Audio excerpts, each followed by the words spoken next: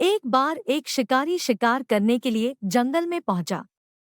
उसने अपने तीर पर बहुत ही खतरनाक जहर लगाया और शिकार को निशाना बना करके उसने तीर को छोड़ा, लेकिन उसका तीर चूक गया और तीर एक पेड़ पर जा लगा। वह पेड़ बहुत ही हरा भरा और बहुत सारे तोते उस पेड़ पर रहते थे। जैसे ही वह जहरीला तीर उस पेड़ पर जाकर लगा, वह पेड़ धीरे धीरे सूखने लगा और उस पेड़ पर जो भी तोते रहते थे वह एक एक करके उस पेड़ को छोड़कर जाने लगे।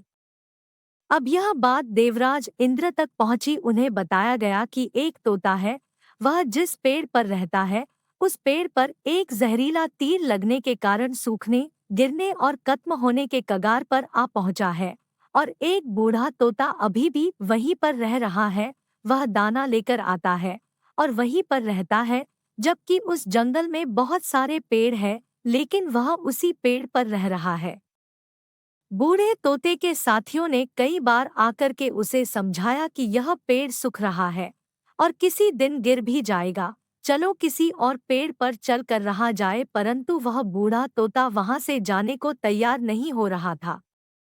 अब यह बात देवराज इंद्र तक पहुंची। उन्हें बताया गया कि एक तोता है, वह जिस पेड़ पर रहता है उस पेड़ पर एक जहरीला तीर लगने के कारण सूखने, गिरने और खत्म होने के कगार पर आ पहुंचा है।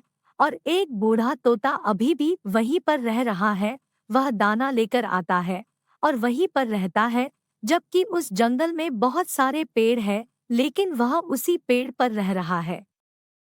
देवराज इंद्र प्रकट हुए और उस बूढ़े तोते से कहने लगे कि आप बहुत धर्मात्मा हैं, बहुत ही अच्छे मन के हैं, लेकिन आप इस पेड़ को छोड़कर किसी और पेड़ पर चले जाइए, क्योंकि यह पेड़ कुछ ही दिनों में गिर जाएगा। तालाब के पास में बहुत से बड़े बड़े हरे भरे पेड़ हैं, बड़े बड़े कोटर हैं, उन पेड़ों पर फल भी लगे हुए हैं, उन्हें वहीं पर तोड़कर खा सकते हैं, परंतु यहाँ से आप चले जाएं।